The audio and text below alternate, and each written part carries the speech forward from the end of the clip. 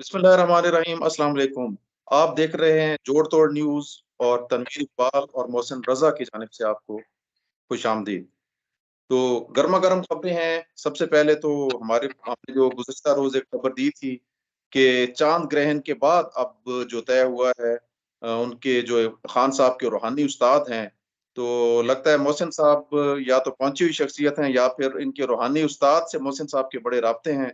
तो मोहसिन साहब ने गुज़िश्ता रोज ये खबर ब्रेक की थी कि चांद ग्रहण के बाद उनका मार्च शुरू होगा, और वही बात हुई कि अब दो खबरें आ रही हैं। एक तो ये है कि अब बुध के रोज, कल चूंकि मंगल है और चांद ग्रहण होगा, तो इसलिए जो उनके जो रूहानी सिलसिले हैं इमरान खान साहब के, उन्होंने अपना जो मार्च है वो बुध के रोज से शुरू करने का ऐलान किया है। लेकिन अभी एक और भी खबर जुमेरात आ रही है कि शायद जुमेरात जुमेरात को, जी जुमेरात के रोज अब वो मार्च उन्होंने अपना वो मार्च इस्लामाबाद की तरफ शुरू करेंगे।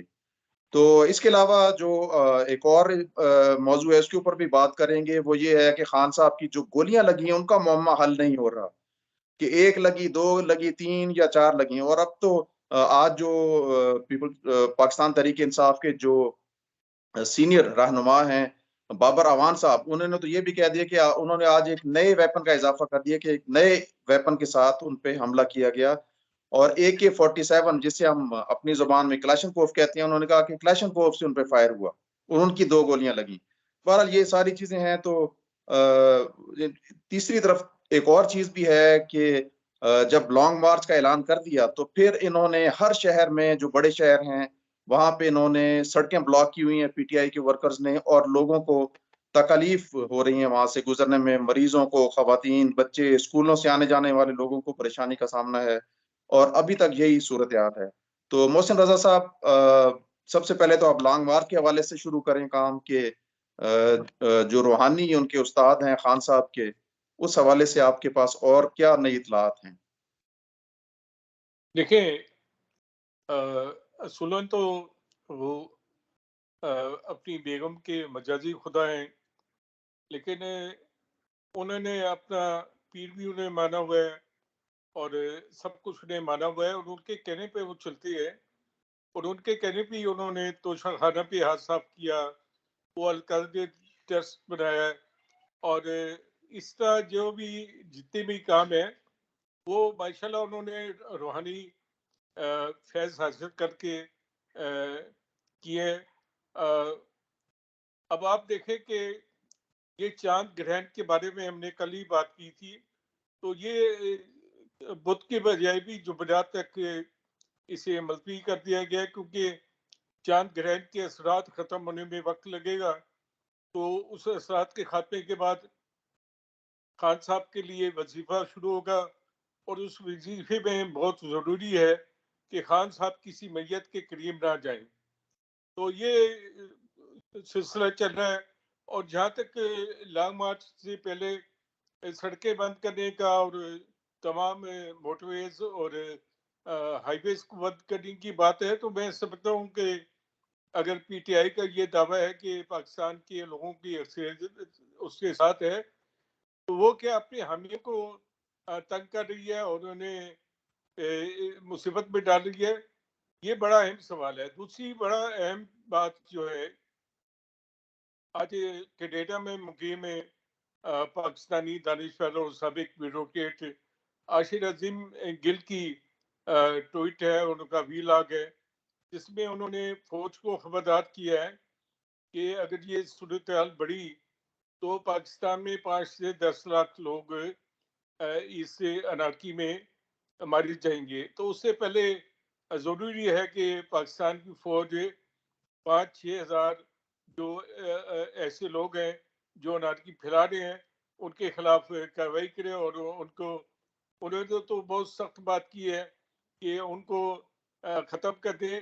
लेकिन मैं कहता हूँ कि सिर्फ इन लोगों पे हाथ डाला जाएगा तो ये सारे भाग जाएंगे। अभी आप देखिए कि किसी की हिम्मत नहीं हो रही इस्लामाबाद में दाखिल होने की, और ये फैजाबाद में और एयरपोर्ट की साइड पे ये कुछ कर रहे हैं। ये तनवीर साहब। जी जी। तो मोहसिन साहब, ये तो आपने एक गुज़श्ता रोज़ भी इस तरफ इशारा किया था कि जो पाकिस्तान आर्मी है, आईएसपीआर की तरफ से जो एक मज़म्मती बयान भी 2 रोज़ कबल जारी किया गया था, जिसमें हुकूमत से भी कहा गया था कि वो कानूनी कार्रवाई करें। लेकिन अभी तक देखने में ये आ रहा है कि हुकूमत की जानिब से कोई ऐसी खातिर-ख़्वाह कार्रवाई नज़र में नहीं आई। देखिए, एक तरफ इमरान खान मुतालबा कर रहा है कि उस पे होने वाले हमले के नतीजे में शहबाज शरीफ, राना सोलानो और डीजी सी को हटाया जाए। तो वो ये क्यों मुतालबा नहीं करते कि पंजाब में भी सीएम को हटाया जाए और वहाँ पे भी एक आज़ाद हुकूमत हो, ताकि ये इंक्वायरी जो है और इन्वेस्टिगेशन ठीक तरीके से होती है। खान साहब अपना जो है ब्लड टेस्ट किसी भी सरकारी अस्पताल को देने के लिए तैयार नहीं है, और न ही उनके उनकी, जैसे आपने कहा कि उनकी गोलियां लगने का भी मुहिमा भी बना हुआ है और इसमें भी काफी तजादात है। लेकिन इसके बावजूद उन्हें ये भी यकीन है और कहते हैं कि हो सकता है कि ये लोग बेगुनाह साबित हो जाए, लेकिन मेरी तसल्ली के लिए इन्हें फारिग किया जाए। ये कौन है बंदा जो पाकिस्तान के अवाम को और इदारों को डिक्टेट कर रहा है और सब लोग इसका मुंह देख रहे हैं। मैं कहता हूँ कि इमरान खान से सख्ती से निपटा जाएगा तो हालात ठीक होंगे, वरना ये मौजूदा सूरत हाल जो है 1971 की तरह बशीर पाकिस्तान जैसी पैदा कर रहा है। जी। अच्छा सर, आज इस पे सुप्रीम कोर्ट ने भी आईजी को ऑर्डर किया कि आप इसकी जो वाकया है उसकी एफआईआर फौरी तौर पे दर्ज करें। लेकिन एफआईआर दर्ज ना होना तो इमरान खान की अपनी कामयाबी है, क्योंकि इमरान खान ने वो जो भी कानूनी जो ज़रूरियात हैं, जो जिनकी एफआईआर में भी कानून जो है वो यही एफआईआर जब दर्ज होगी तो मेडिको लीगल रिपोर्ट जो है वो बहुत अहम है। तो मेडिको लीगल रिपोर्ट तो सरकारी अस्पतालों में होती है, सरकारी अस्पतालों में ये जाने के कायल ही नहीं। ये तो इन्हें ज़रा-सी खराश भी आती है तो ये उठ के शौकत खानम अस्पताल में पहुँच जाते हैं। और शौकत खानम अस्पताल से गुज़श्ता रोज़ जो जो इन्होंने एक रोज़ कबल जो जिन्ना हॉस्पिटल लाहौर के कुछ डॉक्टर गए थे, उन्होंने मेडिको लीगल जो रिपोर्ट जारी की थी, उसके मुताबिक उन्हें 2 गोलियाँ लगी और उसमें ये भी कहा गया था कि जब खान साहब शौकत खानम अस्पताल में आए तो वहाँ पे बेहोश थे। तो क्योंकि उनकी पंजाब में अपनी गवर्नमेंट है, तो उसको भी वो मोनोपोलाइज़ करने की कोशिश कर रहे हैं और इस तरह अगर एफआईआर दर्ज हो भी जाती है, तो इसका कोई खातिर-ख़्वाह कोई फ़ायदा नहीं निकलेगा, क्योंकि मेडिको लीगल रिपोर्ट बहुत इम्पोर्टेंट है। फिर जो क्राइम सीन है वो इन्होंने धो दिया, इन्होंने वॉश कर दिया, इन्होंने वहाँ से मूव कर दिया उसको कंटेनर को।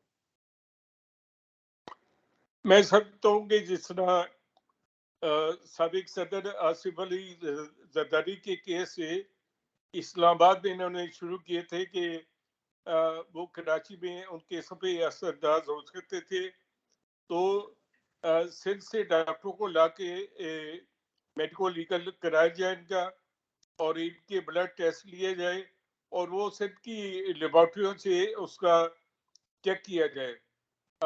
पंजाब में जो है इसकी उम्मीद नहीं की जा सकती कि वो कोई भी मुनसिफाना तरीके से और आज़ाद तरीके से ये सारा अमल होगा, क्योंकि पंजाब में यूथों की डॉक्टरों में भरमार है और वो इमरान खान को सब क्लीन चिट दे देंगे।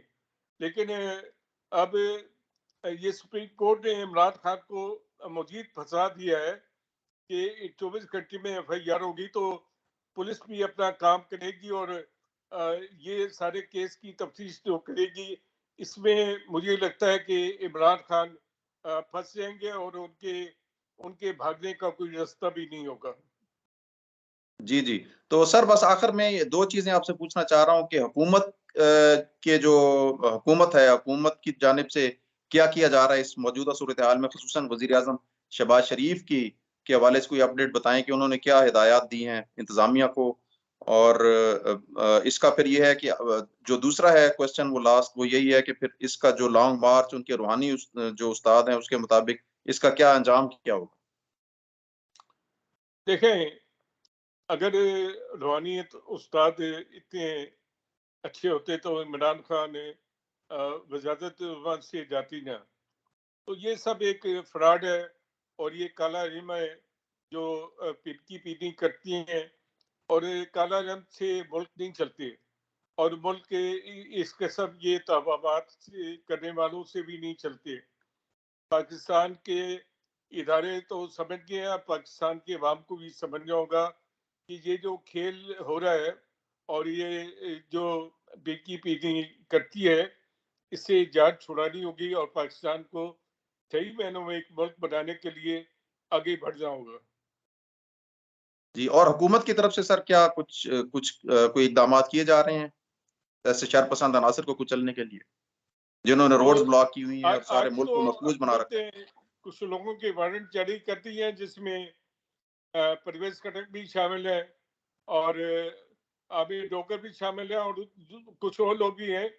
लेकिन ये उस वक्त तक नहीं हो सकता जब तक आप पंजाब और केपी में हुकूमतें खत्म करके गवर्नर राज नहीं लगाएंगे।